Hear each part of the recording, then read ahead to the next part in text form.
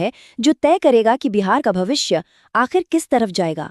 चलिए इसको थोड़ा और करीब से समझते हैं। तो बिहार विधानसभा चुनाव 2025 के सेंटर में बस एक ही सवाल है, क्या नीतीश कुमार एक बार फिर सत्ता में लौटेंगे या फिर तेजस्वी यादव के साथ एक बदलाव की हवा बहेगी? यही है इस पूरे चुनाव का सबसे बड़ा सवाल। चलिए सबसे पहले तो ये देखते हैं कि इस चुनावी महासंग्राम के मैदान में कौन कौन से दो मुख्य खिलाड़ी हैं। एक तरफ है सत्ताधारी राष्ट्रीय जनतांत्रिक गठबंधन मतलब एनडीए, जिसकी कमान संभाल रहे हैं अनुभवी मुख्यमंत्री नीतीश कुमार। और ठीक उनके सामने उन्हें चुनौती दे रहा है महागठबंधन, जिसके नेता हैं तेजस्वी यादव, और इनका वादा है बदलाव का। अब देखिए, मुकाबला तो जबरदस्त होने की उम्मीद है, इसमें कोई शक नहीं। लेकिन जो शुरुआती अनुमान और सर्वे आ रहे हैं ना, वो फिलहाल तो नीतीश कुमार की सरकार की वापसी की तरफ ही इशारा कर रहे हैं। शायद इसकी वजह उनका अनुभव है, या फिर गठबंधन का जो गणित है वो उनके पक्ष में बैठ रहा है। अच्छा, तो ये चुनाव आखिर किन मुद्दों पर लड़ा जा रहा है? वो कौन सी बातें हैं जो वोटर्स के लिए सबसे ज्यादा मायने रखती हैं? चलिए देखते हैं। देखिए, इस बार का चुनावी माहौल कई बड़े मुद्दों से गरमाया हुआ है। सबसे ऊपर है युवाओं के लिए रोजगार का सवाल, जो पिछली बार भी एक बहुत बड़ा मुद्दा था।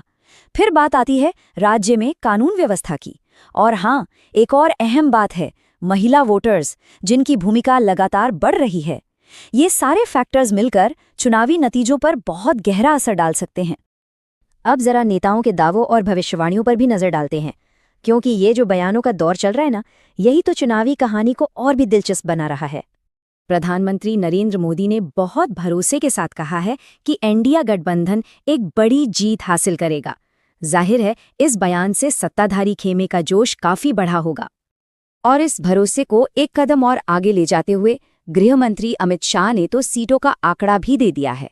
उनका दावा है कि एनडीए 160 से ज्यादा सीटें जीतेगी, जो कि एक जबरदस्त बहुमत होता है। पर सवाल ये उठता है कि क्या बिहार में इन सर्वे और भविष्यवाणियों पर पूरी तरह यकीन किया जा सकता है? क्योंकि अगर हम इतिहास देखें तो कहानी कुछ और ही नजर आती है। जरा 2020 के चुनाव याद कीजिए।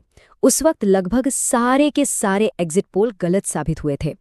और यही बात बिहार की राजनीति को इतना अनप्रिडिक्टेबल बनाती है, मतलब कुछ भी हो सकता है। तो एनडीए के इन दालों के जवाब में तेजस्वी यादव और महागठबंधन का एक ही नारा है, बदलाव। वो बदलाव के लिए लड़ने की बात कर रहे हैं और एक नए बिहार का वादा कर रहे हैं। इस पूरी बहस में एक और आवाज है राजनीतिक रणनीतिकार प्रशांत किशोर की। उनका भी मानना है कि ये चुनाव बिहार के लिए एक नई शुरुआत है, मतलब ये चुनाव सिर्फ सरकार बदलने का नहीं, बल्कि एक निर्णायक मोड़ है। तो इतने सारे दावों, वादों और भविष्यवाणियों के बीच आखिर होगा क्या? अंतिम फैसला किसका होगा? देखिए, मंच तो एक क्लासिक राजनीतिक मुकाबले के लिए तैयार है। एक तरफ है नीतीश कुमार का लंबा अनुभव और दूसरी तरफ है तेजस्वी यादव का युवा जोश और चुनौती। मतलब पूरी उम्मीद है कि ये एक बहुत ही करीबी और रोमांचक दौड़ होने वाली है। और इन सभी अटकलों का दौर खत्म होगा 14 नवंबर को। इसी दिन आधिकारिक नतीजे आएंगे और ये तय हो जाएगा कि बिहार का भविष्य क्या है। और एक बात साफ है, ये चुनाव सिर्फ अगली सरकार कौन बनाएगा इसके बारे में नहीं है। इसके जो भी नतीजे होंगे वो आने वाले कई सालों तक बिहार की पूरी राजनीति की दिशा तय करेंगे। तो अंत में बस यही एक सवाल बचता है, 14 नवंबर को बिहार आखिर किस ओर जाएगा? इसका जवाब सिर्फ और सिर्फ जनता के पास है, और हम सबको बस उस फैसले का इंतजार करना है।